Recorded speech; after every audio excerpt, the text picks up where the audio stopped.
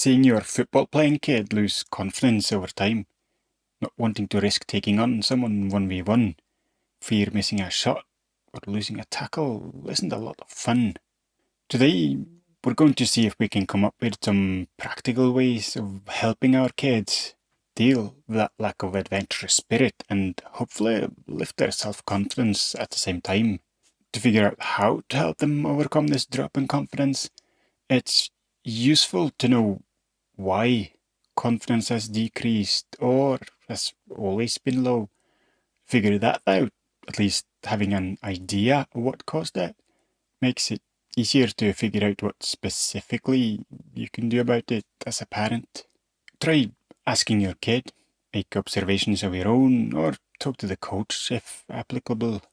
Have your kid experienced lots of negative outcomes? Do they fear the criticisms from their coach or teammates if they're not successful? Do they feel like they don't have the skills to succeed at all? When we've got an idea, and it doesn't have to be the full, complete, and only answer here, we can start to think about how to approach helping our kid. If they've experienced lots of negative outcomes, we can help them put them in situations where they experience positive outcomes. So in practices at home, we can help scale it down at first. Less going on, more time on the ball, more space available to them. Then we can gradually scale up the complexity, making it progressively harder as your kid experiences more success. And this is simple, not easy. The plan can be very easy to explain and very hard to implement in practice. And don't despair if things don't go according to plan, as you can always do things differently next time. Look at it together with your kid as a mini experiment. You both get to try doing different things, and you both either get better or you learn something. In that vein, reframing mistakes as information can be quite useful. Instead of seeing I lost 1v1 as a failure, we can frame it as data collection. So one example of a question that might do that is, hey, when you lost the ball there, what did you feel? Was the defender closer than you thought? Cool, now we know that distance didn't work in that situation. What distance might work next time? And it helps remove the ego from the error and turns your kid into a sports scientist exploring the environment. If your kid fears the criticism from the coaches or teammates if they're not successful, well, that can be quite hard. And here is how I would approach it. If the coach is the one with the reprimands and negative feedback, I would have a conversation with the coach. Obviously, I wouldn't go in against blazing, and I rarely do that anyway, but your mileage may vary. Asking questions is usually a way to be far less confrontational and more likely to get the other person to at least consider something from a different point of view.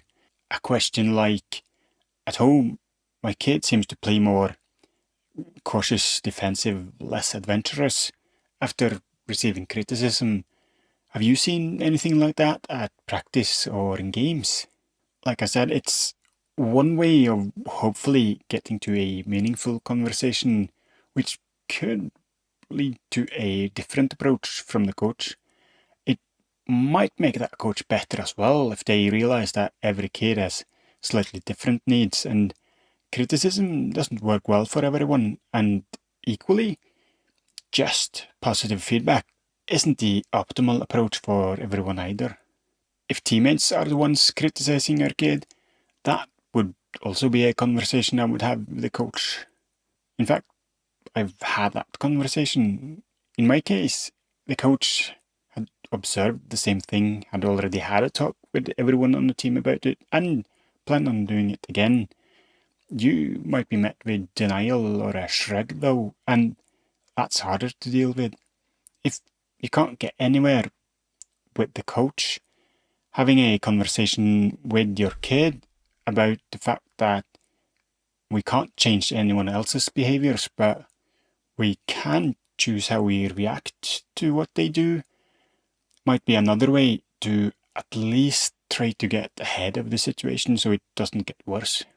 Also, doing scaled down practices that are as representative as possible, with a direction, a goal, and some interaction with teammates or opponents, can be very beneficial for your kid to see that they have the skills necessary, and thus making it easier to ignore the noise of this external criticism.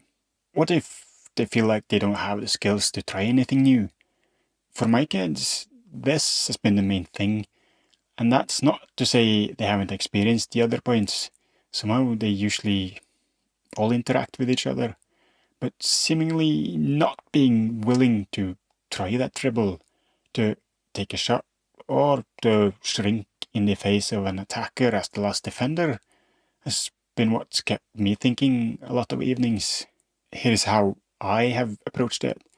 First, I just want to point out that coaching isn't telling someone what to do. Coaching is having a kid learn, not just memorize the why, what, and how of a skill. So, parents telling kids what they should do and perhaps demonstrating and describing how to do it isn't coaching. It might be part of it, but what it really is telling, and it usually isn't as effective for true learning as we would like it to be. Another way to help kids learn, which the research backs up, and I have found to be more helpful as well, is to use metaphors when describing something and to incentivize the behavior that we want, not necessarily the outcome itself. For example, say your kid doesn't have the confidence to take someone on 1v1. We obviously want them to be successful in that take on, but they will never be successful unless they try first. So the very act of trying to have a go is what we should incentivize. Try having a conversation with your kid before practice. Ask to see if you can make a challenge out of the number of take-ons, and not successful dribbles, but attempted dribbles. You don't necessarily want to offer any rewards for meeting a goal. You could, but the use of extrinsic rewards is a topic for another time. See if you can come up with a sensible goal, a realistic number of attempted take-ons. Then track that number to see if your kid gets those attempts in. If they increase the number of take-ons during practice, then you might move the challenge to include games. Still, only attempts though, and make it reasonable. If your kid suddenly starts taking on opponents at any time, whether it's sensible or not, you probably need to change the challenge. Those were some of my thoughts around how to increase self-confidence and not fearing negative consequences of risk-taking for your kid's youth football career. Hope you learned something today, and if you have any follow-up questions, please ask them in the comments below. If you're interested in watching another video on the topic of youth football and how parents can support our kids, check out this video right here. Thanks for watching. See you next time.